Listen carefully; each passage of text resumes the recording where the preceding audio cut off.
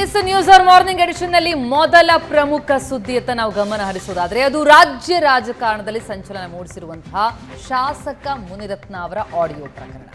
Congress BJP ಮಧ್ಯೆ Munirathna arrest politics ಜೋರಾಗಿದೆ. ಮೂಡ ಹಗರಣ ವಾಲ್ಮೀಕಿ ಕೇಸ್ನಲ್ಲಿ ಹೋರಾಡಿದಂತಹ ಬಿಜೆಪಿಗೀಗ ಖುದ್ದು ಜಾತಿ ಸಂಕಷ್ಟ. ದಲಿತ ಒಕ್ಕಲಿಗ ಅಸ್ತ್ರ ಬಳಸಿ ಈಗ ಕಾಂಗ್ರೆಸ್ ಹೋರಾಟಕ್ಕೆ ಪ್ಲಾನ್ ಮಾಡ್ತಾ ಇದೆ. ಹೀಗಾಗಿ ರಾಜ್ಯಾದ್ಯಂತ ಕಾನೂನು ಹೋರಾಟಕ್ಕೆ ಕಾಂಗ್ರೆಸ್ ಕರೆ ಕೂಡ ಕೊಟ್ಟಿದೆ. ಈಗಾಗಲೇ ಮುನಿರತ್ನಗೆ ರಾಜ್ಯ ಬಿಜೆಪಿ ಕೂಡ ಶೋಕಾಸ್ ನೋಟಿಸ್ ಕೊಟ್ಟಿದೆ. ಶಾಸಕ ಮುನಿರತ್ನ ವಿರುದ್ಧ ಇದು ಸಾಲದು ಅಂತ ಮತ್ತೂ 2 ಆಡಿಯೋ ಬಾಂಬ್ ಸಿಡಿಸ್ತೀನಿ ಅಂತಿದ್ದಾರೆ ಅವರ ಆಪ್ತ. ಮುನಿರತ್ನ ಬಗ್ಗೆ ಇನ್ನೂ 2 ಆಡಿಯೋ ಇದೆ, ರಿಲೀಸ್ ಮಾಡ್ತೀನಿ ಅಂತ ಗುತ್ತಿಗೆದಾರ ಚಲುವರಾಜು ಮತ್ತೊಂದು ಸ್ಫೋಟಕ ಬಾಂಬ್ ಅನ್ನ ಸಿಡಿಸಿದ್ದಾರೆ. ಇವತ್ತು ಕೋರ್ಟ್ ಮುಂದೆ ಶಾಸಕ ಮುನಿರತ್ನ ಅವರನ್ನು ಹಾಜರುಪಡಿಸಲಾಗುತ್ತೆ. ಈಗಾಗಲೇ ಜಾತಿ ನಿಂದನೆಯ ಪ್ರಕರಣದಲ್ಲಿ ಬಂಧನ ತೋರಿಸಿರೋದು ಪೊಲೀಸರು. ಈಗ ಜೀವ ಬೆದರಿಕೆ ಕೇಸ್ ಏನಿದೆ ಅದರಲ್ಲಿ ಬಂಧಿಸುವಂತಹ ಸಾಧ್ಯತೆಗಳು ಕಂಡು ಬರ್ತಾ ಇದೆ. ಜಾತಿ ಪಾಲಿಟಿಕ್ಸ್ ಜೋರಾಗಿದೆ. ಗುತ್ತಿಗೆದಾರ ಚಲುವರಾಜು ವಿರುದ್ಧ ಅವಹೇಳನಕಾರಿಯಾಗಿ ಮಾತನಾಡಿದ್ದು, ಜಾತಿ ನಿಂದನೆ ಮಾಡಿದ್ದು,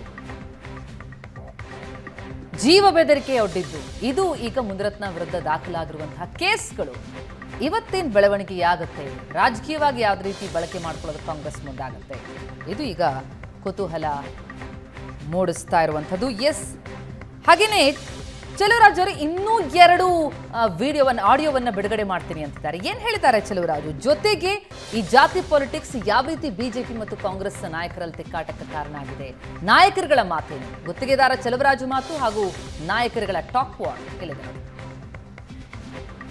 ಮಾಡ್ತೀನಿ ಈಗ ಶಾಸಕರು ಮುನಿರತ್ನವರು ನನಗೆ 100ರಲ್ಲಿ ಹೊಡೆದಾಕ್ತೀನಿ ಅಂತ ಹೇಳಿದ್ದಾರೆ. ಯಾಕೆಂದ್ರೆ ನನಗೆ ಭಯ ಇದೆ, ಜೀವ ಭಯ ಇದೆ, ನನಗೆ ರಕ್ಷಣೆ ಬೇಕೇ ಬೇಕು, ಪೊಲೀಸ್ ಪ್ರೊಟೆಕ್ಷನ್ ಬೇಕೇ ಬೇಕು ನನಗೆ. ಇನ್ನು 2 ಇದೆ. ಇವಾಗ ಇನ್ವೆಸ್ಟಿಗೇಷನ್ ಇರೋ ದೇಶ ನಾನು ಕೊಡಲ್ಲ. ಇನ್ವೆಸ್ಟಿಗೇಷನ್ ಆಗಿದ ತಕ್ಷಣ ನಾನೇ ಕರೆದ್ಬಿಟ್ಟು ಎಲ್ರಿಗೂ ಒಂದೊಂದು CD ಕೊಡ್ತೀನಿ. ಇನ್ನೂ 2 ಇದೆ. ಈಗ 30% ಒಂದು ಇದಿದೆ. ಆಮೇಲೆ ಆ ವಸಂತ್ ಕುಮಾರು ಕರ್ಕೊಂಡೋದ್ರಲ್ಲ, ವಸಂತ್ ಕುಮಾರ್ ಇದು ಆಡಿಯೋ, ಇದು ಹನುಮಂತರಾಯಪ್ಪರದು, ಅದೆಲ್ಲ ದಿಟ್ಟನೆ. ಅವ್ರು ಮಾತಾಡಿರೋ ದಿಟ್ಟನೆ. ನಾನು MLA ಹೊಗಳದೇ ಕೆಲಸ ಮಾಡಬೇಕು. MLA ಹೊಗಳಿಲ್ಲ ಅಂದ್ರೆ ನಾನು ಕೆಲಸ ಮಾಡಕ್ಕೆ ಹೇಳ್ಬಿಡ್ತಾರೆ. ಹೌದಪ್ಪ ನೀನೊಂದು ಒಳ್ಳೆಯವನು ಅಂತಾನೆ ನಾನು ಹೇಳ್ಬೇಕು. ಅದು ನಂದೇ ವಾಯ್ಸು. ನಾನು ಅವ್ರ ಥರ ಸುಳ್ಳು ಪಳ್ಳು ಹೇಳಲ್ಲ, ನಂದೇ ವಾಯ್ಸು. ಅದು ಅವರು ಏನಕ್ಕೆ ಅವರು ಗಲಾಟಿನ ಸೃಷ್ಟಿ ಮಾಡಿಸ್ಬಿಟ್ಟು ಆ ವಿಚಾರನ ವೇಲು ನಾಯಕರು BBMP ಕಾರ್ಪೊರೇಟರ್ ಇದ್ರ ಅವ್ರ ಮೇಲೆ ಹಾಕಿ, ಹನುಮಂತರಾಯಪ್ಪನ ಮೇಲೆ ಹಾಕಿ ಡೈವರ್ಟ್ ಮಾಡಕ್ಕೆ ಈ ಕೆಲಸನ ಕುತಂತ್ರ ಮಾಡಿದ್ರು. ಇವಾಗ ಆಚೆಗಡೆ ಅದೇ ಚೆನ್ನಾರೆಡ್ಡಿದು ಕೇಸನ್ನು ಕೂಡ ನಿನ್ನೆ ರವಿಕುಮಾರ್ ಅವರು ಪತ್ರಿಕಾ ಸಂದರ್ಶನದಲ್ಲಿ ಹೇಳಿದ್ದಾರೆ. ಅವ್ರ ಮೇಲೂ ಅಟ್ರಾಸಿಟಿ ಕೇಸ್ ಹಾಕಿದ್ದಾರೆ. ಅವ್ರಿಗೆ ನೋಟಿಸು ಕೊಡ್ಲಿಲ್ಲ, ಎನ್ಕ್ವೈರಿನೂ ಇಲ್ಲ, ಇನ್ ಬಂಧಿಸೋ ಪ್ರಶ್ನೆನೇ ಇಲ್ಲ. Munirathna case special case. ಅದಕ್ಕೆ ದ್ವೇಷದ ರಾಜಕಾರಣ ಅಂದ್ರೆ ಇಲ್ಲಿ ಆಡಿಯೋ ನಿಜ ಪಕ್ಕ ಅಂತ ಹೇಳಿ, ಅಂದ್ರೆ ಸ್ಪಷ್ಟವಾಗಿ ಅಧಿಕಾರದ ದುರುಪಯೋಗ ಅಂದ್ರೆ ಇದಕ್ಕಿಂತ ಸ್ಪಷ್ಟ ನಿದರ್ಶನ ಕರ್ನಾಟಕದ ಇತಿಹಾಸದಲ್ಲಿ ಯಾವುದೂ ಇಲ್ಲ. ಫೋರೆನ್ಸಿಕ್ ಲ್ಯಾಬ್ ಅಂತ ಯಾಕೆ ಇಟ್ಕೊಂಡಿದ್ರೆ ಮುಚ್ಚಿಬಿಡಿ. ನಾವು ಸ್ಪಷ್ಟವಾಗಿ ಹೇಳಿದಿರಿ, ಮುನಿರತ್ನ ಮಾತಾಡಿದ್ರೆ ಅವ್ರ ಮೇಲೆ ಪಾರ್ಟಿನೂ ಕಠಿಣವಾಗಿ ಕ್ರಮ ತೆಗೆದುಕೊಳ್ಳುತ್ತೆ, ಸರ್ಕಾರನೂ ಕಠಿಣ ಕ್ರಮ ತೆಗೆದುಕೊಳ್ಳಿ, ನಮ್ದೇನು ಅಬ್ಜೆಕ್ಷನ್ ಇಲ್ಲ. ಅವ್ರ MLA ಇರೋದ್ರಿಂದ ಎಲ್ಲಿ ಓಡೋಕ್ ಸಾಧ್ಯ ಇರ್ತೈತೆ.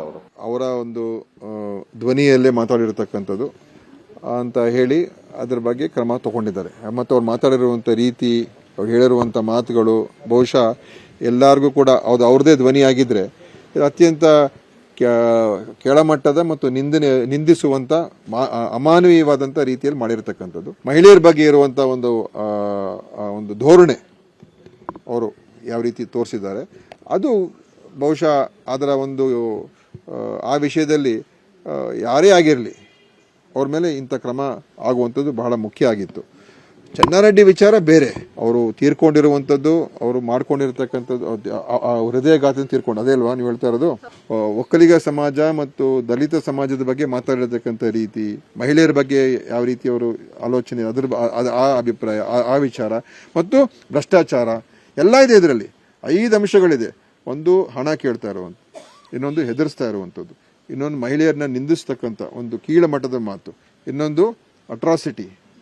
ಎಷ್ಟು ಪ್ರಕರಣದಲ್ಲಿ ಒಂದೇ ಸ್ಟೇಟ್ಮೆಂಟ್ ಅವರ ಹೇಳಿಕೆಗಳಲ್ಲಿ ಇದೆ.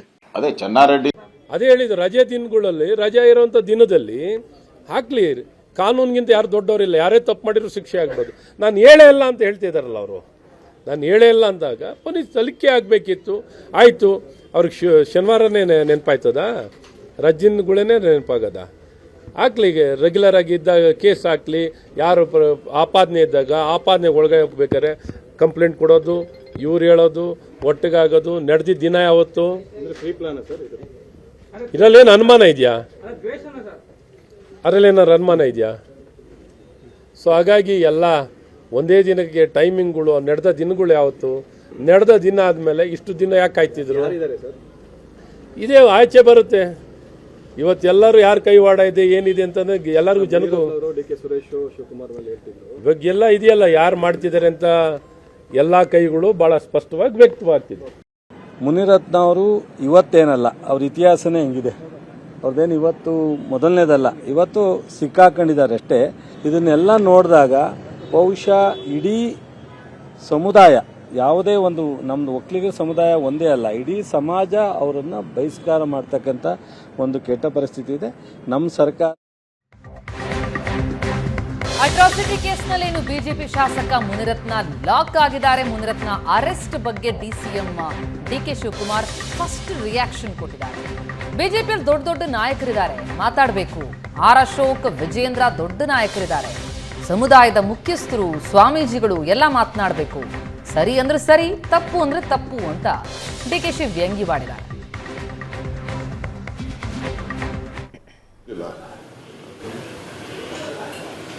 ಯಾರೋ ಟಿವಿಲಿ ಈಗ ಅಲ್ಲಿ ಏರ್ಪೋರ್ಟಲ್ಲಿ ಕೇಳಿದ್ರು ಫಸ್ಟೇನ,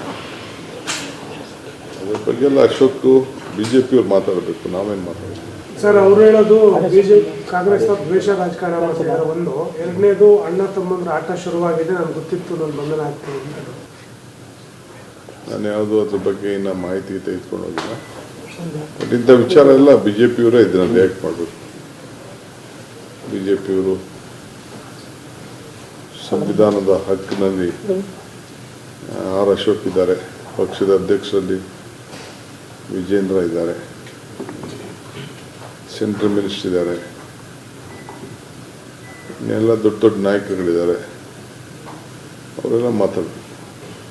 ಆ ಸಮುದಾಯದ ಮುಖ್ಯಸ್ಥರುಗಳು, ಸ್ವಾಮೀಜಿಗಳು,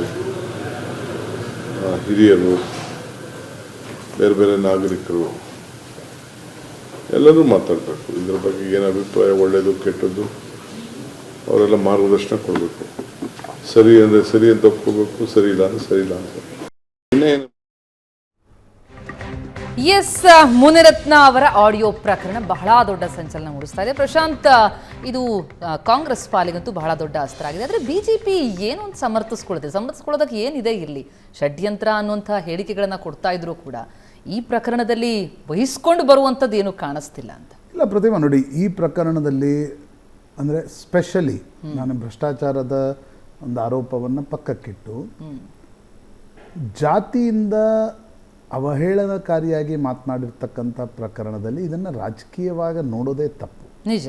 ಅಂದರೆ ಅದು ಕಾಂಗ್ರೆಸ್ಸೋ ಬಿ ಜೆ ಪಿನೋ, ಈಗ ಈ ಚರ್ಚೆಗಳು ಶುರು ಆಗಿವೆ. ಅವರು ಬಿ ಜೆ ಪಿ ಶಾಸಕ ಆದ್ದರಿಂದ ಅವ್ರು ಹಿಂದೆ ಕಾಂಗ್ರೆಸ್ನಲ್ಲಿದ್ದರೆ ಹಾಗಾದರೆ ಇದನ್ನು ಈ ರೀತಿಯ ಮನಸ್ಥಿತಿ ಇರುವ ಜನ ಒಂದು ವೇಳೆ ಅವರು ಮಾತನಾಡಿದ್ದು FSL, ಯಾಕಂದ್ರೆ ನಾನು ಅದನ್ನು ಬಾರಿ ಅದು ಹೇಳ್ತಾ ಇದ್ದೀನಿ, ಯಾಕಂದರೆ ನಮ್ಮ ಹತ್ರ ಅದರ ಬಗ್ಗೆ ಮಾಹಿತಿ ಇಲ್ಲ.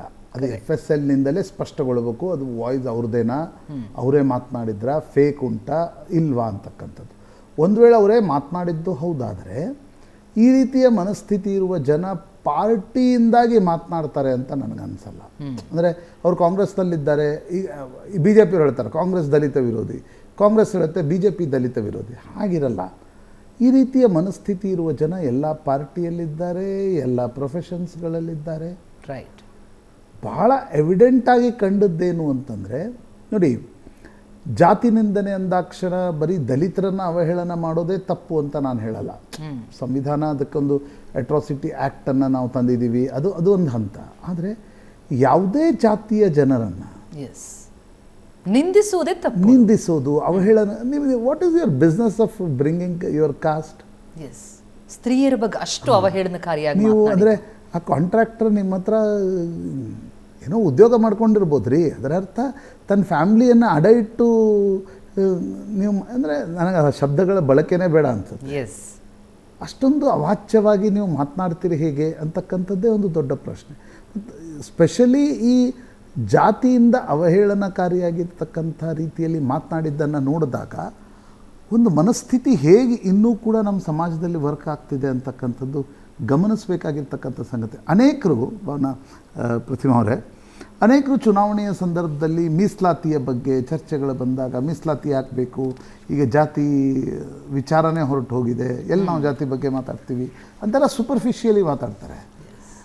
ಮುನಿರತ್ನ ಅವರದ್ದು ಎನ್ನಲಾದ ಆಡಿಯೋದಲ್ಲಿ ಕೇಳಿಕೊಂಡ ಮಾತಿನ ನಂತರ ನಿಮಗೆ ಸ್ಪಷ್ಟವಾಗುತ್ತೆ ಯಾಕೆ ರಾಜಕೀಯ ಮೀಸಲಾತಿ ಬೇಕು.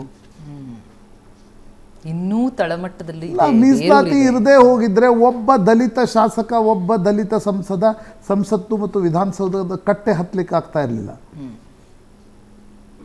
ಬಾಬಾ ಸಾಹೇಬ್ ಅಂಬೇಡ್ಕರ್ ಅವರ ವಿಷನ್ ಕಾರಣದಿಂದಾಗಿ ಈ ಒಂದು ಮೀಸಲಾತಿ ಏನು ಬಂತು, ಆ ಮೀಸಲಾತಿಯ ಕಾರಣದಿಂದಾಗಿ ರಾಜಕೀಯ ಮೀಸಲಾತಿ, ನಾನು ಸ್ಪೆಷಲಿ ಉಳಿದಿದ್ದು ಅದಾದಮೇಲೆ ರಾಜಕೀಯ ಮೀಸಲಾತಿ ಅಲ್ವಾ. ನೀವು ಶೈಕ್ಷಣಿಕವಾಗಿ ಮುಂದುವರೆದಾಗ, ಸಾಮಾಜಿಕವಾಗಿ ಮುಂದುವರೆದ ನಂತರವೇ ನಿಮಗೊಂದು ಜನಪ್ರತಿನಿಧಿ ಆಗ್ತಕ್ಕಂಥದ್ದು ಆಗುತ್ತೆ. ಆಗ ನೀವು ಒಂದು ವೇಳೆ ಮೀಸಲಾತಿ ಕೊಡದೆ ಹೋಗಿದ್ರೆ ಮುನಿರತ್ನ ಥರ ಏನು ಮಾತನಾಡ್ತಾ ಇದ್ದಾರೆ ಆ ರೀತಿಯ ಮನಸ್ಥಿತಿ ಇರ್ತಕ್ಕಂಥ ಜನ ಒಬ್ಬನಾದರೂ ದಲಿತ ಸಂಸದನನ್ನು ಇವತ್ತು ಕಾರ್ಪೊರೇಷನ್ನಲ್ಲಿ ಮೀಸಲಾತಿ ಇರದೇ ಇದ್ದರೆ ಹಿಂದುಳಿದ ವರ್ಗದ ಒಬ್ಬ ಕಾರ್ಪೊರೇಟರನ್ನು ಮಹಾನಗರ ಪಾಲಿಕೆ ಹತ್ತಲಿಕ್ಕೆ ಕೊಡ್ತಿದ್ರ? ಎಲ್ಲರೂ ಅಂತ ಹೇಳ್ತಾ ಇಲ್ಲ ನಾನು. ಅನೇಕ ತಥಾಕಥಿತ ಮೇಲ್ಜಾತಿಯ ಜನ ದಲಿತರ ಉದ್ಧಾರಕ್ಕಾಗಿ ಸಾಕಷ್ಟು ಕೆಲಸ. ಅವರು ಈಗ ಕುದ್ಮುಲ್ ಬಗ್ಗೆ ನಾವು ಮಾತಾಡ್ತೀವಿ, ಮಂಗಳೂರಿಗೆ ಹೋದಾಗ ಅನೇಕರು ಹೇಳ್ತಾರೆ. ಅಂದರೆ ಆ ರೀತಿಯ ಕೆಲಸಗಳು ನಿಶ್ಚಿತವಾಗಿ ಆಗಿವೆ. ಆದರೆ ಮುನಿರತ್ನ ಮಾತು ಕೇಳಿದ ತಕ್ಷಣ ನನಗೇನು ಅನ್ನಿಸ್ತು, ನಾವೇ ಆ ಶಾಹು ಮಹಾರಾಜರು ತಿಲಕರ ನಡುವೆ ಜಗಳ ನಡೆದಿತ್ತಲ್ಲ ವೇದೋಕ್ತ ಪ್ರಕರಣ, ಇನ್ನು ನಾವೇನಾದರೂ ಆ ಟೈಮಲ್ಲಿ ಇದ್ದೀವ ಅನ್ನೋ ರೀತಿ ಭಾಸ ಆಗ್ತಿತ್ತು ನನಗೆ. 1910-20 ನಡುವೆ ಏನಾದರೂ ಇದ್ದೀವ ನಾವು? ಅಂದರೆ ಮುನಿರತ್ನ ಮಾತಾಡಿದ ಪರಿ ಏನಿತ್ತು ಅದು ಒಂದು ರೀತಿ ಹೊರಗಡೆ ಬಂದಿದ್ದು ಯಾಕೆ ಒಳ್ಳೆಯದಾಯಿತು ಅಂತಂದರೆ, ಇನ್ನೂ ನಮ್ಮ ಸಮಾಜದಲ್ಲಿ ಈ ರೀತಿಯ ಮಾನಸಿಕತೆಯುಳ್ಳ ಜನ ಎಷ್ಟಿದ್ದಾರೆ ನೋಡಿ. ನೀವು ಇಂಡಿವಿಜುವಲಿ ಏನು ಬೇಕಾದ್ರೆ ಜಗಳ ಆಡ್ಕೊಳ್ರಿ, ಅವ್ರು ದಲಿತ ಇರಲಿ, ಅವ್ನು ಬ್ರಾಹ್ಮಣ ಇರಲಿ, ಅವ್ನು ಲಿಂಗಾಯತ ಇರಲಿ, ಅವ್ನು ಒಕ್ಕಲಿಗ ಇರಲಿ. What is the business to bring their caste, their identity into that fight? ಆಡಿದ ಮಾತು ಅವರ ಮನಸ್ಥಿತಿ ಮತ್ತು ಅವರ ವ್ಯಕ್ತಿತ್ವದ ಮೇಲೂ ಕೂಡ ಒಂದು ದೊಡ್ಡ ಕಪ್ಪು ಚುಕ್ಕೆನೇ ಅದು. ಬಹುಶಃ ಅದು ಅವ್ರಿಗೆ ಅರಿವಿಲ್ವಾ ಅಂತ. ಇದಂದರೆ ನೀವು ಏನು ಮಾತಾಡ್ತಿದ್ದೀರಿ ಅಂತಕ್ಕಂಥದ್ದು, ನೀವು ಹೆಂಗೆ ಯೋಚನೆ ಮಾಡ್ತಿದ್ದೀರಿ ಅನ್ನೋದನ್ನು ಕೂಡ ಸ್ಪಷ್ಟವಾಗಿ ತೋರಿಸುತ್ತೆ. ಮತ್ತು ನನಗೆ ಬಿ ಜೆ ಪಿಯ ನೋಡಿ, ಕಾಂಗ್ರೆಸ್ ಈಗ ಮೂಢ ಹಗರಣದ ನಂತರ ನಿಮ್ಗೆ ಸಿಕ್ಕಿರ್ತಕ್ಕಂಥ ಎಲ್ಲ ಅವಕಾಶವನ್ನು ಬಳಸ್ಕೊಳ್ಳುತ್ತೆ, ವಿರೋಧಿಗಳನ್ನು ಹಣಿಯುತ್ತೆ. That is natural in politics. What is important, ಉಳಿದ ಪ್ರಕರಣದಲ್ಲಿ ಬಿ ಜೆ ಪಿ ನಾಯಕರು ಇಲ್ಲ ಅವ್ರಿಗೆ ಯಾಕೆ ಮಾಡಿ, ಈಗ ನಿನ್ನೆ ಸಿ ಟಿ ರವಿ ಹೇಳ್ತಾ ಇದ್ರು ಅವ್ರನ್ನ ಯಾಕೆ ಮಾಡಲಿಲ್ಲ, AI ಯಾಕೆ ಮಾಡಲಿಲ್ಲ. ಅರೆ ಈ ಪ್ರಕರಣದಲ್ಲಿ ಅವರು ದಲಿತರ ಬಗ್ಗೆ ಆಡಿದ್ದಾರೆ ಅಂತಕ್ಕಂಥ ಮಾತುಗಳನ್ನು ಇವತ್ತು ಕೇಳಿಸ್ಕೊಳ್ಳೋಕ್ಕೆ ನಮಗೆ ಪ್ಲೇ ಮಾಡಲಿಕ್ಕೂ ಸಾಧ್ಯ ಆಗ್ತಾ ಇಲ್ಲ. ಅಷ್ಟು ಕೆಟ್ಟ ಅವಹೇಳನಕಾರಿ ಶಬ್ದಗಳನ್ನು ಬಳಸಿದ್ದಾರೆ. ಅದನ್ನೇ ಯಾಕೆ ಬಿ ಜೆ ಪಿ ಕಾಂಗ್ರೆಸ್ ನಡುವೆ ಜೋಡಿಸಿ ನೋಡ್ತೀರಿ? ಕಾಂಗ್ರೆಸ್ಸನ್ನು ಯಾರ್ದೋ ಮಾಡಿಲ್ಲ, ಬೇರೆ ಮಾತಾಡಿ, ನನ್ನ ಪಾಲಿಟಿಕ್ಸ್ ವಿಲ್ ಗೋ ಆನ್. ಆದರೆ ಈ ರೀತಿಯ ಪ್ರಕರಣಗಳಿಗೆ ಭಾಳ ಸ್ಪಷ್ಟವಾಗಿ ಹೇಳಿ, ಯಾರೇ ಜಾತಿ ನಿಂದನೆಯನ್ನು ಮಾಡಿದರೂ ಕೂಡ ನಾವು ಸಹಿಸಲ್ಲ. ಒಂದು ಸ್ಪಷ್ಟ ಸಂದೇಶ ಹೋಗಬೇಕಾಗತ್ತೆ. BJP has to understand. ಯಾಕೆ 40 ಸೀಟ್ ಕಡಿಮೆ ಆಯಿತು 2024ರಲ್ಲಿ? ಅದರದ ಸರಿಯಾಗಿರ್ತಕ್ಕಂಥ ಅಧ್ಯಯನ ಮಾಡಿ ನೋಡಿ. ಇದೇ ರೀತಿಯ ಮಾತುಗಳಿಂದಾಗಿದ್ದದು. ಅನಂತಕುಮಾರ್ ಹೆಗಡೆ ಇಲ್ಲಿ ಕೂತ್ಕೊಂಡು ಹೇಳಿದ್ರು ಸಂವಿಧಾನವನ್ನು ನಾವು ಬದಲಾವಣೆ ಮಾಡ್ತೀವಿ, ಸಂವಿಧಾನವನ್ನು ಬದಲಾವಣೆ ಮಾಡ್ತೀವಿ. ಯಾರು ಓಟ್ ಕೊಡಲಿಲ್ಲ? ದಲಿತ ಸಮುದಾಯ ನಿಮ್ಮಿಂದ ದೂರ ಹೋಯಿತು. ಪೊಲಿಟಿಕಲಿ ಸ್ಪೀಕಿಂಗ್ ವೋಟ್ ಬ್ಯಾಂಕ್ ಅಂತಲೇ ನೀವು ತೆಗೆದುಕೊಂಡು ಮಾತನಾಡೋದಾದರೆ, ನಾಗ್ಪುರದಂಥ ವಿದರ್ಭದಲ್ಲಿ ಬಿ ಜೆ ಪಿ ಕೊಚ್ಕೊಂಡು ಹೋಯಿತು. ಉತ್ತರ ಪ್ರದೇಶದಲ್ಲಿ ಅಯೋಧ್ಯೆ ಸೀಟನ್ನು ಕಳ್ಕೊಂಡಿದ್ದ್ಯಾಕೆ? ಈ ಬಾರಿಯ ಉತ್ತರ ಪ್ರದೇಶದ ರಿಸಲ್ಟನ್ನು ನೀವು ಅನಾಲಿಸಿಸ್ ಮಾಡಿದರೆ ಏನು ಅರ್ಥ ಆಗುತ್ತೆ? BSPಯ ವೋಟು SP ಗೆ ಹೋಯಿತು, ಹೋಗಲಾರದ ವೋಟುಗಳು SP ಗೆ ಹೋಯಿತು, ಬಿ ಜೆ ಪಿಗೆ ಬರಲಿಲ್ಲ. ಯಾಕೆ ಹೋದವು? ಪದೇ ಸಂವಿಧಾನ ಬದಲಾವಣೆ. ಈಗ ಇನ್ನೊಂದು ಹೆಜ್ಜೆ ಮುಂದೆ ಹೋಗಿ ಮುನಿರತ್ನ ಇಡೀ ಸಮುದಾಯವನ್ನು ಒಂದು ರೀತಿ ಅಂದರೆ 16th ಸೆಂಚುರಿಗೆ ಒಯ್ದಂಗೆ ಮಾತಾಡ್ತಾರೆ. ಆಗ ನೀವು you have to distance yourself from that person. ಬಹುಶಃ ರಾಜಕೀಯ ಪಕ್ಷಗಳು ಎಲ್ಲಿ ರಾಜಕೀಯ ಮಾಡಬಾರ್ದು, ಎಲ್ಲಿ ಅಂತರ ಕಾಯ್ಕೊಳ್ಬೇಕು, ಅದನ್ನ ಬಹುಶಃ ಕಲಿಯೋದು ಅಗತ್ಯ ಇದೆ. ವಿಷಯಗಳಲ್ಲಿ ಏನು ರಾಜಕೀಯ ಮಾಡ್ತೀರಿ? ಅಶ್ವಥ್ ನಾರಾಯಣ್ ಹೇಳ್ತಾ ಇದ್ರು, ಇಲ್ಲ ಶುಕ್ರವಾರವೇ ಯಾಕೆ ಅರೆಸ್ಟ್ ಮಾಡಿದ್ರು? ಅಲ್ಲ, ಅವ್ನ ಪ್ರಕರಣ ಬಂದಿದ್ದೆ ಶುಕ್ರವಾರ ಬೆಳಿಗ್ಗೆ ಅವ್ರು ಪತ್ರಿಕಾಗೋಷ್ಠಿ ಮಾಡಿ ಹೇಳ್ತಾರೆ. ಟೈಮಿಂಗ್ ಬಗ್ಗೆ you don't question it. Timing ಪ್ರಶ್ನೆ ಬರಲ್ಲ ಇದರಲ್ಲಿ. ಯಾಕಂದರೆ ಇಂಥ ಮಾತಾಡಿದ್ದಿದ್ದಾಗ ಅದು ಹೊರಗಡೆ ಬರಲೇಬೇಕು. ಅದನ್ನು ಶೀಘ್ರವಾಗಿ FSL ರಿಪೋರ್ಟ್ ಬಂದರೆ ಸ್ಪಷ್ಟವಾಗಿ ವೆರಿಫೈ ಆದರೆ, ಒಂದು ವೇಳೆ ಮಾತನಾಡಿದ್ದಾರೆ ಅಂತಾದರೆ political party should think about it's actions. ನಿಜ. ನೋಡೋಣ, ಬಹುಶಃ BJP ಈಗ ಅದನ್ನು ಒಂದು ಷಡ್ಯಂತ್ರ ಹೇಳ್ತಾ ಇದ್ರು ಕೂಡ ಒಮ್ಮೆ ರಿಪೋರ್ಟ್ ಬಂದ ಮೇಲೆ ನಿಲುವು ಬದಲಾಗುತ್ತಾ ಕಾದ್ ನೋಡೋಣ. ಈಗೊಂದು ಕ್ವಿಕ್ ಬ್ರೇಕ್ನ ಸಮಯ ಆಗ್ತಾ ಇದೆ. ಬ್ರೇಕ್ ಆದಮೇಲೆ ಕಲ್ಯಾಣ ಕರ್ನಾಟಕ ವಿಮೋಚನೆಗೆ 75ರ ಸಂಭ್ರಮ ಏನಿದೆ, ಈ ಸಂಭ್ರಮದ ಸಂದರ್ಭದಲ್ಲಿ ಸಂಪುಟ ಅಲ್ಲಿ ಮೀಟಿಂಗನ್ನು ನಡೆಸೋದಕ್ಕೆ, ಕ್ಯಾಬಿನೆಟ್ ಮೀಟಿಂಗ್ ನಡೆಸೋದಕ್ಕೆ ಮುಂದಾಗಿರುವಂಥದ್ದು ಬಹಳಷ್ಟು ಕುತೂಹಲ ಇದೆ.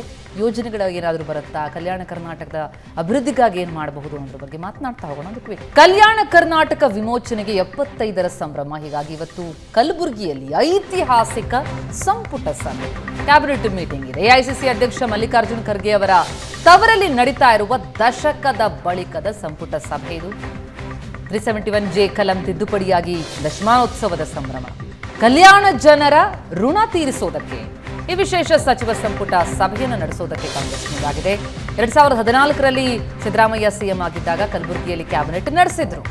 ಅದಾದ ಮೇಲೆ ಈಗ 2ನೇ ಬಾರಿಗೆ CM ಆದ ಮೇಲೆ ಮತ್ತೆ ಅಲ್ಲಿ ಕ್ಯಾಬಿನೆಟ್ ಮೀಟಿಂಗ್ ನಡೆಸೋದಕ್ಕೆ ಮುಂದಾಗಿದ್ದಾರೆ. ಕಲ್ಯಾಣದ ಜನರಲ್ಲಿ ಸಹಜವಾಗಿ ನೂರಾರು ನಿರೀಕ್ಷೆಗಳನ್ನು ಹೆಚ್ಚಿಸಿದೆ. ಕಲ್ಯಾಣ ಕರ್ನಾಟಕದ 41 ಕ್ಷೇತ್ರದಲ್ಲಿ 26 ಸ್ಥಾನ ಕಾಂಗ್ರೆಸ್ ಗೆದ್ದಿರೋದು. ಲೋಕಸಭೆಯಲ್ಲೂ 5 ಕ್ಷೇತ್ರಗಳನ್ನು ಗೆದ್ದುಕೊಂಡಿದೆ. 2ನೇ ಅವಧಿಗೆ CM ಆದ ಮೇಲೆ ಕಲಬುರಗಿಯಲ್ಲಿ 2ನೇ ಕ್ಯಾಬಿನೆಟ್ ನಡೆಸೋದಕ್ಕೆ CM ಸಿದ್ದರಾಮಯ್ಯ ಮುಂದಾಗಿದ್ದಾರೆ. ಕಲ್ಯಾಣ ಕರ್ನಾಟಕಕ್ಕೆ ಆರ್ಟಿಕಲ್ 371J ಜಾರಿಯಾಗಿ 10 ವರ್ಷ. ಈಗ ರಾಜಕೀಯ ಶಕ್ತಿ ಪ್ರದರ್ಶನಕ್ಕೆ ಕಾಂಗ್ರೆಸ್ ಸರ್ಕಾರ ಮುಂದಾಗ್ತಾ ಇದೆ. ಬಹಳ ಕುತೂಹಲ ಮೂಡಿಸ್ತಾ ಇದೆ ಈ ಕ್ಯಾಬಿನೆಟ್ ಮೀಟಿಂಗ್ ನಿಂದಾಗಿ ಏನೆಲ್ಲ ನಿರ್ಣಯಗಳಾಗಬಹುದು, ಏನೆಲ್ಲ ಲಾಭಗಳಾಗಬಹುದು ಅಂತನ್ನುವಂಥದ್ದು. 371J ಜಾರಿಯಾದ ನಂತರ 7,000 ವಿದ್ಯಾರ್ಥಿಗಳಿಗೆ ಮೆಡಿಕಲ್ ಸೀಟ್ ಲಭ್ಯಪಡಿಸೋದು, 1388 ವಿದ್ಯಾರ್ಥಿಗಳಿಗೆ ಡೆಂಟಲ್ ಸೀಟು, ಹಾಗೆಯೇ ಕಲ್ಯಾಣ ಕರ್ನಾಟಕ ಭಾಗದಲ್ಲಿ ಸುಮಾರು 30,000 ವಿವಿಧ ಕಾಮಗಾರಿಗಳನ್ನು ನಡೆಸುವಂಥದ್ದು, ಸ್ಥಳೀಯವಾಗಿ ಹುದ್ದೆಗಳನ್ನು ಅಭ್ಯರ್ಥಿಗಳು ಪಡೆದಿದ್ದಾರೆ. ಹೀಗೆ ಹಲವು ಯೋಜನೆಗಳಿಗೆ ಕಲ್ಯಾಣ ಕರ್ನಾಟಕ ಭಾಗಕ್ಕೆ ಪ್ರತ್ಯೇಕ ಸಚಿವಾಲಯವೇನಾದರೂ ಸ್ಥಾಪನೆ ಮಾಡೋದು ಘೋಷಣೆಯಾಗುತ್ತಾ? ಪ್ರಶಾಂತ್, ಈಗ ಒಂದು ಕ್ಯಾಬಿನೆಟ್ ಮೀಟಿಂಗನ್ನು ನಡೆಸೋದಕ್ಕೆ ಮುಂದಾಗಿದ್ದಾರೆ. ಕ್ಯಾಬಿನೆಟ್ ಮೀಟಿಂಗ್ ನಡೆದ ತಕ್ಷಣ ಆ ಭಾಗದ ಅಭಿವೃದ್ಧಿ ಆಗ್ಬಿಡುತ್ತೆ ಅಂತಲ್ಲ, ಆದರೆ ಸಹಜವಾಗಿ ಒಂದಿಷ್ಟು ನಿರ್ಣಯಗಳಾಗ್ಬೋದು ಅನ್ನೋ ಕುತೂಹಲಗಳಿವೆ. ಅದರಲ್ಲೂ ದಶಕಗಳ ಬಳಿಕ ಆಗ್ತಾ ಇರುವಂಥದ್ದು ಎಷ್ಟು ಮಹತ್ವ? ಪ್ರಜಾಪ್ರಭುತ್ವದ ಒಂದು the beauty of democracy taking government to the doors of the people. ಜನರ ಮನೆ ಬಾಗಿಲಿಗೆ ಸರ್ಕಾರವನ್ನು ಒಯ್ತಕ್ಕಂಥದ್ದೇ ಪ್ರಜಾಪ್ರಭುತ್ವದ ಒಂದು ಸೌಂದರ್ಯ. ಅಲ್ಲಿಂದ ಮತ ಪಡಿತಾರೆ ಮತ್ತು ಅಲ್ಲಿ ಅವರ ಕೆಲಸ, ಅವ್ರಿಗಾಗಿ ಸರ್ಕಾರ ಅಂತಕ್ಕಂಥದ್ದು. ನೋಡಿ, ಒಂದು ತಲೆಮಾರಿನ ಸಂದರ್ಭದಲ್ಲಿ 2 ಡಿಫ್ರೆಂಟ್ ಸರ್ಕಾರಗಳು ಹೇಗೆ ಕೆಲಸ ನಿರ್ವಹಿಸಿದ್ವು ಅನ್ನೋದು 100 ವರ್ಷಗಳ ನಂತರವೂ ಕೂಡ ನಾವು ಅದರ ಫಲವನ್ನು ಉಣ್ತಾ ಇದ್ದೀವಿ. 2 ಸರ್ಕಾರಗಳ ತಗೊಳ್ಳಿ, ಮೈಸೂರು ಮಹಾರಾಜರು ನಡೆಸಿರ್ತಕ್ಕಂಥ ಒಂದು ಗೌರ್ಮೆಂಟ್ ಹಳೆ ಮೈಸೂರು ಭಾಗದ್ದು, ಹೈದರಾಬಾದ್ನಲ್ಲಿ ಕುಳಿತುಕೊಂಡು ನಿಜಾಮರು ನಡೆಸಿರ್ತಕ್ಕಂಥ ಮರಾಠವಾಡ ಮತ್ತು ಕರ್ನಾಟಕ, ಹೈದರಾಬಾದ್ ಗದ್ದಿಯಾಗಿತ್ತು, ಮರಾಠವಾಡ ಮಹಾರಾಷ್ಟ್ರದಲ್ಲಿ. ಆ 2 ಭಾಗಗಳು ಯಾವ ಮಟ್ಟಿಗೆ ಹಿಂದುಳಿದ್ವು ಅನ್ನೋದಕ್ಕೆ ಕಾರಣ ನಿಜಾಮರ ಆಡಳಿತ. ಮೈಸೂರು ಭಾಗ ಇಷ್ಟೊಂದು ಗತಿಶೀಲವಾಗಿ ಒಂದು ಆಧುನಿಕವಾಗಲಿಕ್ಕೆ ಕಾರಣ ಏನು? ಮೂಲಭೂತ ಸೌಕರ್ಯಗಳಿಂದ ಹಿಡಿದು ಉದ್ಯೋಗದವರೆಗೆ, ನೀರಿನವರೆಗೆ ಕಾರಣ ಏನು? ಮೈಸೂರು ಮಹಾರಾಜರು ಮತ್ತು ಅವರ ಬಳಿ ಇರ್ತಕ್ಕಂಥ ಇಂಜಿನಿಯರ್ಸ್ಗಳು, ಅವರ ಒಂದು ದೂರದೃಷ್ಟಿ, ಅವರ ವಿಷನ್ನ ಕಾರಣದಿಂದ.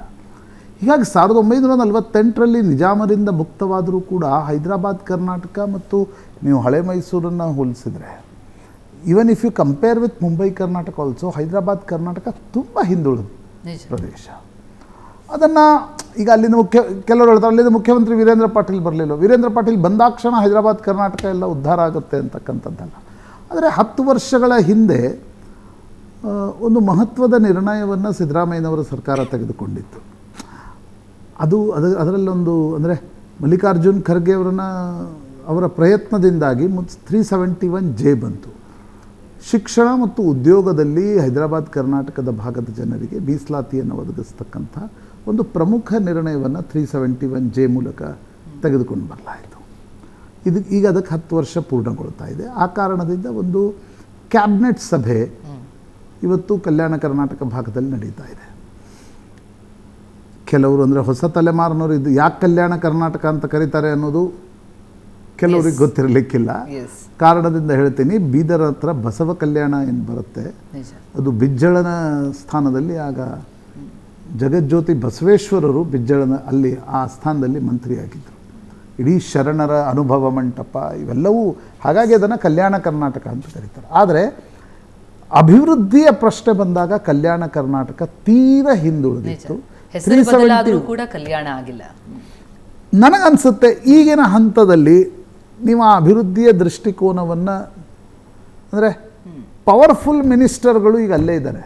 ಈಗ ನೋಡಿ, ಮಲ್ಲಿಕಾರ್ಜುನ್ ಖರ್ಗೆ ಅವರು ಕೇಂದ್ರ ಮಂತ್ರಿ ಆದಾಗ ಸಾಕಷ್ಟು ಅಭಿವೃದ್ಧಿ ಕೆಲಸಗಳನ್ನು ಕಲಬುರಗಿಯಲ್ಲಿ ಮಾಡಿದರು. ಈಗ ಈಶ್ವರ್ ಖಂಡ್ರೆ ಇದ್ದಾರೆ, ಪ್ರಿಯಾಂಕ್ ಖರ್ಗೆ ಇದ್ದಾರೆ, ಬಹುತೇಕ ಹಿರಿಯರ ಸಚಿವರು ಕೂಡ ಅಲ್ಲಿದ್ದಾರೆ. Priyank Kharge is the most powerful minister in Karnataka government. ಆ ಕಾರಣದಿಂದ ಅವ್ರ ಬಗ್ಗೆ ಸಾಕಷ್ಟು ನಿರೀಕ್ಷೆ ಇವೆ. ಕಾಂಗ್ರೆಸ್ಗೆ 2018, 23ರ ಚುನಾವಣೆ ಮತ್ತು 24ರ ಲೋಕಸಭಾ ಚುನಾವಣೆಯಲ್ಲಿ ಹೈದರಾಬಾದ್ ಕರ್ನಾಟಕದ ಜನ ಕಾಂಗ್ರೆಸ್ನ ಕೈ ಹಿಡಿದಿದ್ದಾರೆ. ಹೀಗಾಗಿ ಅದೊಂದು ನೈತಿಕ ಜವಾಬ್ದಾರಿ ಕೂಡ ಹೌದು, ಅಲ್ಲಿ ಅಭಿವೃದ್ಧಿಯನ್ನು ಒಯ್ಯಬೇಕು ಅಂತಕ್ಕಂಥ. ಅಭಿವೃದ್ಧಿ ಆಗ್ತಾ ಇದೆ ಹಿಂದೆ ಕಂಪೇರ್ ಮಾಡಿದರೆ, ಆದರೆ ಅದರ ವೇಗ ಇನ್ನೂ ದೊರಕಬೇಕು, ಅಲ್ಲೇ ಉದ್ಯೋಗ ಅವಕಾಶಗಳು ಸಿಗುವಂತಾಗಬೇಕು. ಅಭಿವೃದ್ಧಿ ಅಂದಾಕ್ಷಣ ಏನು, ಈಗ ಶಿಕ್ಷಣದ ಮೀಸಲಾತಿ, ಉದ್ಯೋಗ ಆದ್ಕೊಳ್ಳಿ ಎಲ್ಲರೂ ಬಂದು ಈ ಕಡೆ ಗುಳೆ ಬಂದ್ಬಿಡೋದು ಅಂತಲ್ಲ, ಅಲ್ಲೇ ಉದ್ಯೋಗದ ಅವಕಾಶಗಳನ್ನು ಹೇಗೆ ಸೃಷ್ಟಿ ಮಾಡಬೇಕು ಅಂತಕ್ಕಂಥದ್ರ ಬಗ್ಗೆ ಸರ್ಕಾರಗಳು ಕೊಪ್ಪಳದಿಂದ ಹಿಡಿದು ಬೀದರ್ನವರೆಗೆ, 6 ಜಿಲ್ಲೆಗಳು, ವಿಜಾಪುರದಿಂದ ಹಿಡಿದು ಕಾರವಾರದವರೆಗೆ, ಅಂದರೆ ಮೈಸೂರು ಪ್ರಾಂತದ ಕಥೆ ಬೇರೆ ಇದೆ. ಆ ಪ್ರಾಂತಗಳಲ್ಲಿ ಅಭಿವೃದ್ಧಿಯ ವೇಗವನ್ನು ಇನ್ನಷ್ಟು ಜಾಸ್ತಿಗೊಳಿಸಬೇಕು. ಆ ದೃಷ್ಟಿಯಿಂದ ನೋಡಿ, ಈಗ ಹೈಕೋರ್ಟ್ ಪೀಠ ಆಯಿತು, ನೈಋತ್ಯ ರೈಲ್ವೆ ವಲಯ ಆಯಿತು, ಗುಲ್ಬರ್ಗದಲ್ಲೊಂದು ಸರ್ಕಿಟ್ ಬೆಂಚ್ ಆಯಿತು. ಈಗ ಅಲ್ಲೇ ಹೋಗಿ ಕ್ಯಾಬಿನೆಟ್ ಸಭೆ ಮಾಡುವುದರ ಮೂಲಕ ನಾವು ಆ ಅಭಿವೃದ್ಧಿಗೆ ಬದ್ಧತೆ ಇದ್ದೀವಿ ಅಂತಕ್ಕಂಥದ್ದನ್ನು ತೋರಿಸುವ ಪ್ರಯತ್ನವನ್ನು ಸಿದ್ದರಾಮಯ್ಯನವರು ಮತ್ತು ಕಾಂಗ್ರೆಸ್ ಮಾಡ್ತಾ ಇದೆ. ಒಳ್ಳೆ ವಿಚಾರ, ಗುಡ್ ಮೂವ್, ನಿಜಕ್ಕೂ ಸ್ವಾಗತಾರ್ಹನೇ. ದೆಹಲಿ ರಾಜಕಾರಣದಲ್ಲಿ ಭಾರಿ ಸಂಚಲನ ಮೂಡ್ತಾ ಇದೆ. ಅಲ್ಲೀಗ ಯಾರು ಹೊಸ ಮುಖ್ಯಮಂತ್ರಿ ಆಗ್ತಾರೆ ಅನ್ನೋದೇ ಕುತೂಹಲ. ಇವತ್ತು ಯಾಕಂದ್ರೆ ಸಂಜೆ 4:30ಕ್ಕೆ ಸಿಎಂ ಸ್ಥಾನಕ್ಕೆ ಅರವಿಂದ್ ಕೇಜ್ರಿವಾಲ್ ರಾಜೀನಾಮೆಯನ್ನ ಕೊಡ್ತಾ ಇದ್ದಾರೆ. ಈಗಾಗಲೇ ಘೋಷಣೆ ಮಾಡಿದ್ರು. ಲೆಫ್ಟಿನೆಂಟ್ ಗವರ್ನರ್ ಸಕ್ಸೇನಾ ಅವರ ಭೇಟಿಗೆ ಸಮಯ ಕೂಡ ಈಗ ನಿಗದಿಯಾಗಿದೆ. ಹಾಗಾಗಿ ಕೇಜ್ರಿವಾಲ್ ರಾಜೀನಾಮೆ ಕೊಡ್ತಾ ಇದ್ದಂತೆ ದೆಹಲಿ ಸಿಎಂ ರೇಸ್ನಲ್ಲಿರೋರು ಯಾರು? ಹಲವು ನಾಯಕರ ಹೆಸರುಗಳು ಕೇಳಿ ಬರ್ತಾ ಇದೆ. ಕೈಲಾಶ್ ಗೆಹ್ಲೋಟ್, ಸೌರಭ್ ಭಾರದ್ವಾಜ್, ಗೋಪಾಲ್ ರಾಯ್ ಇವರ ಹೆಸರುಗಳು ಮುಂಚೂಣಿಯಲ್ಲಿದೆ. ದಲಿತ ಶಾಸಕಿ ರಾಕಿ ಬಿರ್ಲಾ ಅವರ ಹೆಸರು ಕೂಡ ಮುಂಚೂಣಿಯಲ್ಲಿದೆ. ಅದರ ಜೊತೆಗೆ ಕೇಜ್ರಿವಾಲ್ ರಾಜೀನಾಮೆ ನಿರ್ಧಾರಕ್ಕೆ ಬಂದಿರೋದರ ಹಿಂದಿನ ಅರ್ಥ ಏನು, ಆ ನಿಗೂಢ ನಿರ್ಧಾರದ ಮರ್ಮ ಏನು? ಅವತ್ತು ಇಂದಿರಾ ಗಾಂಧಿ ಅಟಲ್ ಬಿಹಾರಿ ವಾಜಪೇಯಿ ಅವರು ಏನು ಅನುಸರಿಸಿದ್ರಲ್ಲ, ಅದೇ ಸೂತ್ರವನ್ನ ಕೇಜ್ರಿವಾಲ್ ಫಾಲೋ ಮಾಡ್ತಾ ಇರೋದ. ಅಂದ್ರೆ ಅವಧಿ ಪೂರ್ವ ಚುನಾವಣೆಯನ್ನ ಸ್ಪರ್ಧಿಸಿ ಗೆಲ್ಲಬೇಕು, ಮತ್ತೆ ಗದ್ದೆಗೆ ಏರಬೇಕು ಅನ್ನುವಂತಹ ಪ್ಲಾನಿಂಗ್. ಎಷ್ಟು ಜನ ಗೆದ್ದಿದ್ದಾರೆ ಅವಧಿ ಪೂರ್ವ ಚುನಾವಣೆ ಸ್ಪರ್ಧಿಸಿ? ವರ್ಕೌಟ್ ಆಗುತ್ತಾ ಕೇಜ್ರಿವಾಲ್ ಅನುಕಂಪ ಸೂತ್ರ?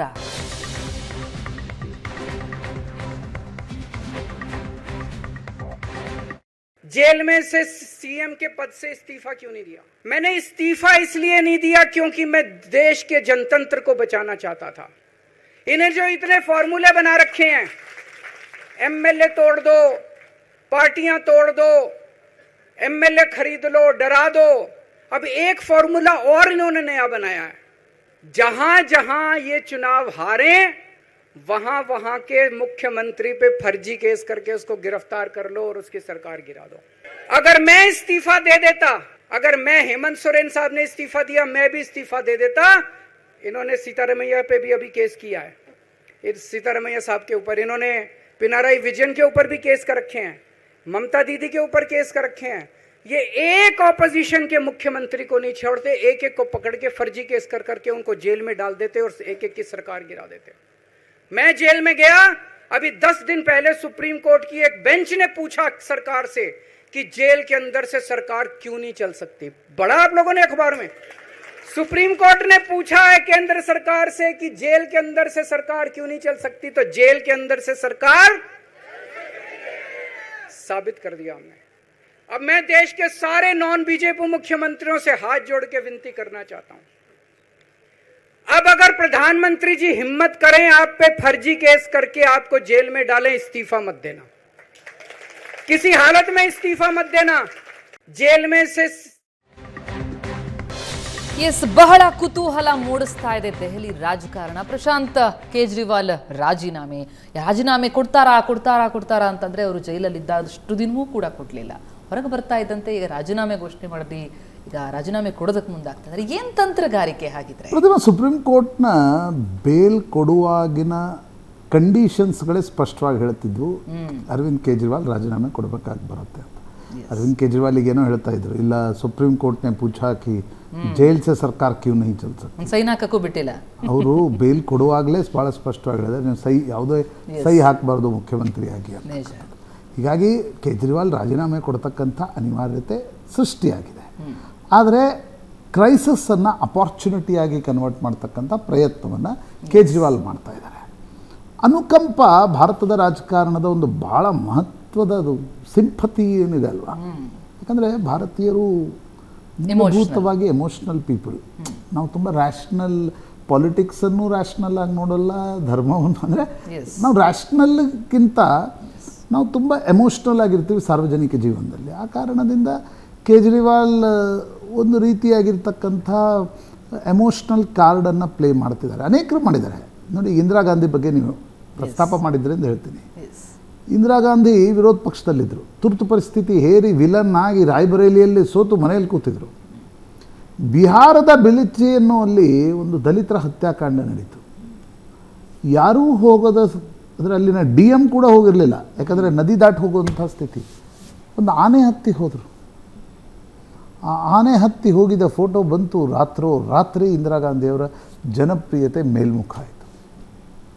ಅಟಲ್ ಬಿಹಾರಿ ವಾಜಪೇಯಿ ಒಂದು ವೋಟ್ನಿಂದ ಅವ್ರು ಚುನಾವಣೆ ಸೋತರು. ಗಿರಿಧರ್ ಗಮಾಂಗೋ ಅವರ ಒಂದು ವೋಟ್ನಿಂದ ಅವರು ಹೊರಗಡೆ ಬಂದು ಏನು ಹೇಳಿದರು, ಆಪ್ಕಾ ಏಕ್ ವೋಟ್ ಮುझे फिर से ಪ್ರಧಾನಮಂತ್ರಿ ಬನಾ ಸಕ್ತಾ ಹೈ.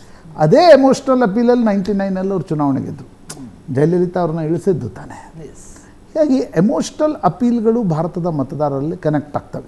ಎವ್ರಿ ಟೈಮ್ ಆಗ್ತವೆ ಅಂತ ಅನ್ಕೋಬೇಡಿ. ಬಟ್ ಇದು ಹಗರಣ ಅಲ್ಲ, ಈಗ ಹಗರಣ ಆದರೂ ಕೂಡ ನನಗನ್ಸುತ್ತೆ ಕೇಜ್ರಿವಾಲ್ರ ಪಾರ್ಟಿಯ ಹಗರಣದ ಕಾರಣದಿಂದ ವೋಟ್ಗಳು ಚೆಲ್ಲಾಪಿಲ್ಲಿ ಆಗ್ತವ, ಅಥವಾ ಕೇಜ್ರಿವಾಲ್ ಪಾರ್ಟಿಗೂ 10 ವರ್ಷದ ನಂತರ ತಟ್ಟಿರ್ತಕ್ಕಂಥ ಆ್ಯಂಟಿ ಇನ್ಕಂಬನ್ಸಿಯಿಂದ ಚೆಲ್ಲಾಪಿಲ್ಲಿ ಆಗ್ತವ ಅನ್ನೋದ್ರ ಬಗ್ಗೆ I have my own doubts. ಹಗರಣದ ಕಾರಣದಿಂದ ಕೇಜ್ರಿವಾಲ್ ಅಧಿಕಾರ ಬಿಟ್ಟು ಹೋಗ್ಬಿಡ್ತಾರೆ ಅಂತಕ್ಕಂಥ ಸ್ಥಿತಿಯಲ್ಲಿರಲ್ಲ. ಆದರೆ ಆ್ಯಂಟಿ ಇನ್ಕಂಬನ್ಸಿ ತಟ್ಟತ್ತಾ ಅದು ನೋಡಬೇಕು. ಬಟ್ ಕೇಜ್ರಿವಾಲ್ ಜಾಣತನದಿಂದ ಅದನ್ನೊಂದು ಅಪಾರ್ಚುನಿಟಿಯಾಗಿ ಕ್ರಿಯೇಟ್ ಮಾಡ್ತಕ್ಕಂಥ ಒಂದು ಪ್ರಯತ್ನವನ್ನು ಮಾಡ್ತಿದ್ದಾರೆ. ಎಷ್ಟರ ಮಟ್ಟಿಗೆ ಅವರ ಕೈ ಹಿಡಿಯುತ್ತೆ ಅನ್ನೋದು ಬಹಳ ಮುಖ್ಯ. ನನಗೇನು ಅವಧಿಪೂರ್ವ ಚುನಾವಣೆ ನಡೆಯುತ್ತೆ ಅಂತ ಅನಿಸಲ್ಲ. ಕೇಂದ್ರ ಚುನಾವಣಾ ಆಯೋಗ ಏನು ದಿಲ್ಲಿ ಚುನಾವಣೆಯನ್ನು ನವೆಂಬರ್ನಲ್ಲಿ ನಡೆಸಲಿಕ್ಕೆ ಹೋಗಲ್ಲ. ಆಮೇಲೆ ಈಗ ಸರ್ಕಾರ ವಿಧಾನಸಭೆಯನ್ನು ವಿಸರ್ಜಿಸಿ ಹೋಗ್ತೀವಿ ಅನ್ನೋ ಸ್ಥಿತಿಯಲ್ಲಿ ಆಮ್ ಆದ್ಮಿ ಪಕ್ಷ ಕೂಡ ಇಲ್ಲ. ಅವ್ರಿಗೂ ಟೈಮ್ ಬೇಕು ರೀಗ್ರೂಪ್ ಆಗಲಿಕ್ಕೆ. ಮನೀಶ್ ಸಿಸೋಡಿಯಾ ಈಗ ಎಷ್ಟೇ ಹೊರಗಡೆ ಬಂದಿದ್ದಾರೆ, ಕೇಜ್ರಿವಾಲ್ ಹೊರಗಡೆ ಬಂದಿದ್ದಾರೆ. ಮತ್ತು ದಿಲ್ಲಿ ಗೆಲ್ಲೋದು ಆಮ್ ಆದ್ಮಿ ಪಕ್ಷಕ್ಕೆ ಬಹಳ ಮುಖ್ಯವಾಗಿರ್ತಕ್ಕಂಥ ವಿಚಾರ. ಮೋದಿ ಮತ್ತು ಶಾಗೆ ಪದೇ ಪದೇ ಗುಜರಾತ್ ವಿಧಾನಸಭಾ ಗೆಲ್ಲೋದು ಯಾಕೆ ಮುಖ್ಯವೋ ಅದೇ ಮಹತ್ವ ಕೇಜ್ರಿವಾಲ್ ಮತ್ತು ಸಿಸೋಡಿಯಾ ಆಮ್ ಆದ್ಮಿ ಪಕ್ಷಕ್ಕೆ ದಿಲ್ಲಿ ಗೆಲ್ಲೋದು ಕೂಡ ಬಹಳ ಮುಖ್ಯ. ಆಪ್ನ ಅಸ್ತಿತ್ವನೇ ಬಹುಶಃ ಡೆಲ್ಲಿಯಲ್ಲಿದೆ. ಆದರೆ ಈಗ ಮುಖ್ಯಮಂತ್ರಿ ಯಾರನ್ನು ಮಾಡ್ತಾರೆ ಅನ್ನೋರು ಕುತೂಹಲ ಇದೆ. ರೈಟ್. ಮಾಧ್ಯಮಗಳು ಹೆಸರು ಓಡಾಡಿಸ್ತಾ ಇವೆ. ಸೌರಭ್ ಭಾರದ್ವಾಜ್ದು, ಗೋಪಾಲ್ ರಾಯ್ದು, ರಾಘವ್ ಛಡ್ಡಾದು, ಕೇಜ್ರಿವಾಲ್ ಪತ್ನಿ. ಈಗ ಕೇಜ್ರಿವಾಲ್ರ ಪತ್ನಿಯನ್ನ ಮಾಡಿದರೆ ಐ ಥಿಂಕ್ ಅದು ಇನ್ನಷ್ಟು ರಿಪರ್ಕೇಶನ್ಸ್ ಆಗುತ್ತೆ, ಇನ್ನಷ್ಟು ಕೌಂಟರ್ ಪ್ರೊಡಕ್ಟಿವ್ ಆಗುತ್ತೆ. ಮಾಡಲಿಕ್ಕಿಲ್ಲ. ಅವರು Kejriwal is a smart politician. ನನಗೆ ಅನಿಸೋದು, ನನ್ನ ಹಂಚ್ ಪ್ರಕಾರ, ನೀವು ರಾಖಿ ಬಿರ್ಲಾ ಹೆಸರು ಹೇಳ್ತಾ ಇದ್ರಿ, ಒಬ್ರು ಯಾರಾದರೂ ದಲಿತ ಮಹಿಳೆಯನ್ನು ತಂದು ಮುಖ್ಯಮಂತ್ರಿ ಸ್ಥಾನದಲ್ಲಿ ಕೂರಿಸುವ ಸಾಧ್ಯತೆ. ಬಿಕಾಸ್ ಕೇಜ್ರಿವಾಲ್ 2011ರಲ್ಲಿ ನೋಡಿ, he creates an image, he creates a perception, ಅದರ ಪೊಲಿಟಿಕಲ್ ಡಿವಿಡೆಂಡ್ಗಳನ್ನು ತೆಗೆದುಕೊಳ್ತಾ ಇರ್ತಾರೆ. 2011ರಲ್ಲಿ he created Anna Hazare, compared it with Jayaprakash Narayan. Right. ಯಾರಾದರೂ ಯೋಚನೆ ಮಾಡಿದ್ರ? ಅಂದರೆ ನನಗೆ ಇನ್ನೂ ಅನಿಸುತ್ತೆ that was not a organic ಪ್ರತಿಭಟನೆ. ಆಕ್ರೋಶ ಆರ್ಗ್ಯಾನಿಕ್ ಇತ್ತು, ಬಟ್ ಪ್ರತಿಭಟನೆ ಅದು ಡಿಸೈನ್ ಮಾಡಲಾಗಿತ್ತು. ತಪ್ಪು ಅಂತ ಹೇಳಲ್ಲ ನಾನು. ರಾಮ ಮಂದಿರದಿಂದ ಎಲ್ಲ ಪ್ರತಿಭಟನೆಯ ಹಿಂದೆ ಒಂದು ಮೈಂಡ್ ವರ್ಕ್ ಮಾಡಿರುತ್ತೆ. ಬಟ್ ಅಣ್ಣಾ ಹಜಾರೆನ ತಂದು ಕೂರಿಸಿದ್ದು ವಾಸ್ ಅ ಮಾಸ್ಟರ್ ಸ್ಟ್ರೋಕ್ ನಿಜ. In recent Indian politics. Yes. ಹಾಗೆ ಒಂದು ಪರ್ಸೆಪ್ಷನ್ ಕ್ರಿಯೇಟ್ ಮಾಡಿದ್ರು. ಈಗ ಕೇಜ್ರಿವಾಲ್ರು ಅಧಿಕಾರದಲ್ಲಿ 10 ವರ್ಷಗಳ ನಂತರ ಆಂಟಿ ಇನ್ಕಂಬನ್ಸಿ ಇದೆ ಅವರಿಗೆ. ಲೋಕಸಭಾ ಚುನಾವಣೆಯಲ್ಲಿ ಅದು ಸ್ಪಷ್ಟವಾಗಿ ಕಂಡಿತ್ತು. ಕಾಂಗ್ರೆಸ್ ಆಮ್ ಆದ್ಮಿ ಪಕ್ಷದ ಮೈತ್ರಿಯ ಹೊರತಾಗಿಯೂ ಕೂಡ BJPಯಲ್ಲಿ ಭರ್ಜರಿಯಾಗಿ ಗೆದ್ದಿದೆ. ಆದರೆ ಕೇಜ್ರಿವಾಲ್ಗಿರ್ತಕ್ಕಂಥ ಪ್ಲಸ್ ಏನು ಅಂತಂದರೆ BJPಯಲ್ಲಿರಲಿ ಕಾಂಗ್ರೆಸ್ನಲ್ಲಿರಲಿ ಹೇಳಿಕೊಳ್ಳುವಂಥ ಸ್ಟೇಚರ್ನ ನಾಯಕರು ಇಲ್ಲ. ಅದು ಕೇಜ್ರಿವಾಲ್ಗಿರ್ತಕ್ಕಂಥ ಪ್ಲಸ್. ಕೇಜ್ರಿವಾಲ್ರ ಮೈನಸ್ ನನಗನ್ಸುತ್ತೆ 10 ವರ್ಷಗಳ ಆಡಳಿತ ವಿರೋಧಿ ಅಲೆ ಅಂತ ಅನ್ನಲ್ಲ ನಾನು, ಬಟ್ ಒಂದು ಅಸಮಾಧಾನ, ಬೇಸರ, ಬೇಗುದಿ ನಿಶ್ಚಿತವಾಗಿ ದಿಲ್ಲಿಯಲ್ಲೂ ಕೂಡ. ನಾನು ಮೊನ್ನೆ ದಿಲ್ಲಿಗೆ ಹೋದಾಗ ನೋಡಿದೆ. ದಿಲ್ಲಿಗೆ ಹೋದಾಗ ಅನೇಕರನ್ನ ಮಾತನಾಡಿಸಿದಾಗ ಕೇಜ್ರಿವಾಲ್ ವೋಟ್ ಬ್ಯಾಂಕ್ನಲ್ಲೇ ಒಂದು ಮಟ್ಟದ ಅಸಮಾಧಾನ ನಿಶ್ಚಿತವಾಗಿದೆ. ಬಟ್ ಸಂಘಟನೆ ಎಷ್ಟು ಸವಾಲಿದೆ ಅವರಿಗೆ, ಯಾಕಂದರೆ ಈಗ ಒಳಗಿದ್ದೇ ತುಂಬ ದಿನ ಆಯಿತು, ಜೊತೆಗೆ ಪ್ರಮುಖವಾದಂಥ ಮಿನಿಸ್ಟರ್ಗಳು ಒಳಗೆ ಹೋಗಿ ಬಂದಂಥವ್ರು, ಈಗ ಹೊಸದಾಗಿ ಅದೆಲ್ಲವನ್ನೂ ಕೂಡ ಒಗ್ಗೂಡಿಸ್ಕೊಂಡು ಶಕ್ತಿ ಹೆಚ್ಚಿಸ್ಕೊಳ್ಬೇಕಾಗಿದೆ. ಇದೆಯಾ? ಇಲ್ಲ, ನನಗೇನು ಅನಿಸುತ್ತೆ ಪ್ರತಿಮಾ, ಈಗ ನೀವು ಹರಿಯಾಣ ಮತ್ತು ಜಮ್ಮು ಕಾಶ್ಮೀರದ ಚುನಾವಣೆ ಮುಖ್ಯ ಆಗುತ್ತೆ. ಮಹಾರಾಷ್ಟ್ರದ ಜಾರ್ಖಂಡ್ನ ಚುನಾವಣೆಗಳು ಕೂಡ ದಿಲ್ಲಿ ಚುನಾವಣೆ ಮೇಲೆ ತಮ್ಮದೇ ಆಗಿರ್ತಕ್ಕಂಥ ಪ್ರಭಾವವನ್ನು ಬೀರಬಲ್ಲು. ಹಾಗೆ ನೋಡಿದರೆ ನೀವು 2014ರ ಲೋಕಸಭಾ ಚುನಾವಣೆ ನಂತರ ಮೊದಲ ಚುನಾವಣೆ ಗೆದ್ದಿದ್ದೇ ಕೇಜ್ರಿವಾಲ್ ಮೋದಿ ವಿರುದ್ಧ 15ರಲ್ಲಿ. ಆದರೆ ದಿಲ್ಲಿಯ Delhi is not A cost based vote bank. ಅಲ್ಲೊಂದು ರೀತಿಯ ಅದು ಮೆಟ್ರೋದಲ್ಲಿ ಮಹಾನಗರಗಳಲ್ಲಿ ಭಾಳ ದಿಲ್ಲಿಯ ಮೂಲದವರು ಅಂತ ಇಲ್ಲೇ ಇಲ್ಲ. ಹಂತವಾಗಿ ಮೈಗ್ರೇಟ್ ಆಗಿರ್ತಕ್ಕಂಥ ಜನನೇ ಇರೋದು. ಅಲ್ಲಿ ಕೇಜ್ರಿವಾಲ್ 3ನೇ ಬಾರಿ ಗೆಲ್ಲಬೇಕಾದ್ರೆ ಭಾಳ ದೊಡ್ಡ ಒಂದು, ಯಾಕಂದರೆ ಶೀಲಾ ದೀಕ್ಷಿತ್ ಗೆದ್ದಿದ್ರು, ಅದಾದಮೇಲೆ ಕೇಜ್ರಿವಾಲ್ರೇ ಇದ್ದಾರೆ. ಶೀಲಾ ದೀಕ್ಷಿತ್ ಉಳ್ಳಾಗಡ್ಡಿ ಮೇಲೆ ಗೆದ್ದರು 1999. ಸುಷ್ಮಾ ಸ್ವರಾಜ್ರನ್ನ ಮಾಡಿದ್ರು ಕೂಡ BJPಗೆ ಲಾಭ ಆಗಲಿಲ್ಲ. ಮದನ್ ಲಾಲ್ ಖುರಾನ, ಸಾಹಿಬ್ ಸಿಂಗ್ ವರ್ಮಾರನ್ನು ತೆಗೆದು ಸುಷ್ಮಾ ಸ್ವರಾಜ್ರನ್ನ ಮಾಡಿದರು, ಲಾಭ ಆಗಲಿಲ್ಲ. ಶೀಲಾ ದೀಕ್ಷಿತ್ ಗೆದ್ದರು, 15 ವರ್ಷಗಳ ಕಾಲ ನಡೆಸಿದ್ರು. ಈಗ ಅದೇ ರಿಪೀಟ್ ಮಾಡ್ತಾರೆ ಕೇಜ್ರಿವಾಲ್. ಮತ್ತು ಇನ್ನೊಂದು ನನಗನ್ನಿಸ್ತಿರ್ತಕ್ಕಂಥದ್ದು, ಹರಿಯಾಣದಲ್ಲಿ ಕಾಂಗ್ರೆಸ್ ಮತ್ತು ಆಮ್ ಆದ್ಮಿ ಪಕ್ಷದ ಮೈತ್ರಿ ಏನು BJP ವಿರುದ್ಧ ಆಗಿದೆ, ಅದು ಕ್ಲಿಕ್ ಆದರೆ it will have an impact on Delhi. So Congress ಮತ್ತು ಆಮ್ ಆದ್ಮಿ ಪಕ್ಷದ ಮೈತ್ರಿ ಏನಾಗುತ್ತೆ, ಯಾಕಂದರೆ BJP ಬಳಿ ಕೂಡ ಹೇಳಿಕೊಳ್ಳುವ ನಾಯಕರಿಲ್ಲ ಅಲ್ಲಿ. ಅದರ ಲಾಭವನ್ನು ಇವರು ಪಡೆದು ಕಳೆದ ಬಾರಿ BJP ಏನು ಬ್ಲಂಡರ್ ಮಾಡ್ತು ಅಂದರೆ ಕಿರಣ್ ಬೇಡಿಯನ್ನು ಮುಖ್ಯಮಂತ್ರಿ ಅಭ್ಯರ್ಥಿ ಮಾಡ್ತು. ನಿಮ್ಮ ಈ ಉತ್ತರ ಭಾರತದಿಂದ ಬಂದಿರತಕ್ಕಂಥ ರೇವಡಿ ಸಣ್ಣ ಸಣ್ಣ ಅಂಗಡಿಕಾರರಿದಾರಲ್ಲ, ಅವ್ರ ದೊಡ್ಡ ಸಮಸ್ಯೆನೇ ಪೊಲೀಸರು. ಎಲ್ಲದಕ್ಕೂ ಪೊಲೀಸರಿಗೆ ಹಫ್ತಾ ಕೊಡ್ಬೇಕು ಅವರು. ಇವರು BJPಯವ್ರು ತಂದು ಆ ಪೊಲೀಸ್ ಅಧಿಕಾರಿಯಾಗಿದ್ದವ್ರನ್ನೇ ತಂದರು ಮುಖ್ಯಮಂತ್ರಿ ಅಭ್ಯರ್ಥಿ ಮಾಡಿದರು. ಆನ್ ದ ಪ್ಲಾಟರ್ ಕೇಜ್ರಿವಾಲ್ರಿಗೆ ಗೆಲುವನ್ನು ಕೊಟ್ಟರು. ಅಲ್ಲಿ BJP ಬಳಿ ನಾಯಕತ್ವ ಇಲ್ಲ. ಇವತ್ತು ಕಾಂಗ್ರೆಸ್ ಬಳಿ ಕೂಡ ನಾಯಕತ್ವ ಇಲ್ಲ. ಅಲ್ಲಿ ಅಜಯ್ ಮಾಕೆನ್ ಒಂದು ಹೆಸರು ಬಿಟ್ಟರೆ ಆ ನಾಯಕತ್ವ ಇಲ್ಲ. ಆ ಕಾರಣದಿಂದ ಕೇಜ್ರಿವಾಲ್ರಿಗೆ ಲಾಭ ಆಗುತ್ತಾ, ಅಥವಾ ಕೇಜ್ರಿವಾಲ್ರಿಗೆ ಆಂಟಿ ಇನ್ಕಂಬನ್ಸಿ ಸ್ವಲ್ಪ ಬಡದು ಕಾಂಗ್ರೆಸ್ ಜೊತೆ ಸೇರಿ ಸರ್ಕಾರ ರಚಿಸ್ತಕ್ಕಂಥ ಪರಿಸ್ಥಿತಿ ಬಂದರೆ? ಎಸ್, ಇನ್ನು ನ್ಯೂಸ್ ಅವರ್ ಮಾರ್ನಿಂಗ್ ಎಡಿಷನ್ನಲ್ಲಿ ಇವತ್ತು ಏನೇನು ನಡೀತಾ ಇದೆ ನ್ಯೂಸ್ ಟುಡೇ ಅತ್ತ ಗಮನ ಹರಿಸೋಣ. ಬೆಂಗಳೂರಿನಲ್ಲಿ ಇವತ್ತು 10:30ಕ್ಕೆ ಬಹಳ ಮಹತ್ವದ ಬೆಳವಣಿಗೆಗಳಾಗ್ತಾ ಇದೆ. ಮುನಿರತ್ನ ಪೊಲೀಸ್ ಕಸ್ಟಡಿ ಅಂತ್ಯ ಆಗುತ್ತೆ. ಕೋರ್ಟ್ ಮುಂದೆ BJP ಶಾಸಕನನ್ನ ಪೊಲೀಸರು ಹಾಜರುಪಡಿಸ್ತಾರೆ. ಮತ್ತೆರಡು ಆಡಿಯೋ ರಿಲೀಸ್ ಮಾಡ್ತೀನಿ ಅಂತ ಹೇಳಿ ಚೆಲುವರಾಜ್ ಬಾಂಬ್ ಅನ್ನ ಸಿಡಿಸಿದ್ದಾರೆ. ಇದು ಬಹಳ ಮಹತ್ವದ ಬೆಳವಣಿಗೆ ಇವತ್ತು ನಡೆಯುವಂಥದ್ದು.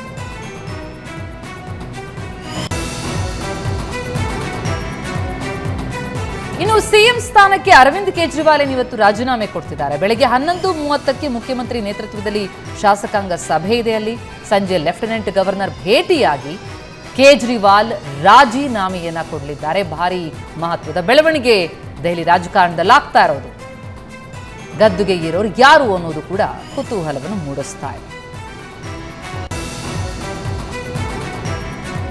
ಇನ್ನು ಬಳ್ಳಾರಿ ಕತೆ, ದರ್ಶನ್ ಸೇರಿ 17 ಆರೋಪಿಗಳ ಕಸ್ಟಡಿ ಇವತ್ತಿಗೆ ಅಂತ್ಯ ಆಗ್ತಾ ಇದೆ. ಮಧ್ಯಾಹ್ನ ವಿಡಿಯೋ ಕಾನ್ಫರೆನ್ಸ್ ಮೂಲಕ ಜಡ್ಜ್ ಮುಂದೆ ಆರೋಪಿಗಳನ್ನು ಹಾಜರುಪಡಿಸ್ತಾರೆ. ಮತ್ತೆ ಕಿಲ್ಲಿಂಗ್ ಸ್ಟಾರ್ಗೆ ನ್ಯಾಯಾಂಗ ಬಂಧನವನ್ನ ಕೋರ್ಟ್ ವಿಸ್ತರಿಸುವಂತಹ ಸಾಧ್ಯತೆ ಇದೆ.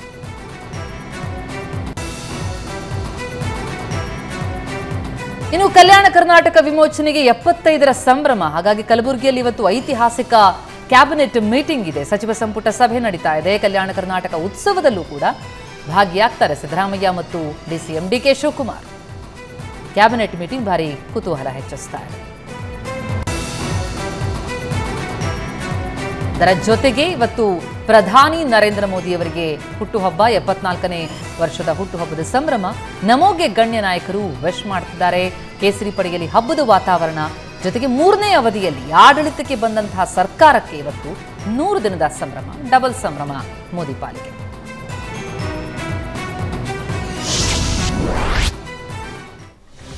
ಇವಿಷ್ಟು ಈ ಕ್ಷಣದ ಸುದ್ದಿ. ನೇರ, ದಿಟ್ಟ, ನಿರಂತರ ಸುದ್ದಿಗಾಗಿ ನೋಡ್ತಾ ಇರಿ ಏಷ್ಯಾನೆಟ್ ಸುವರ್ಣ ನ್ಯೂಸ್.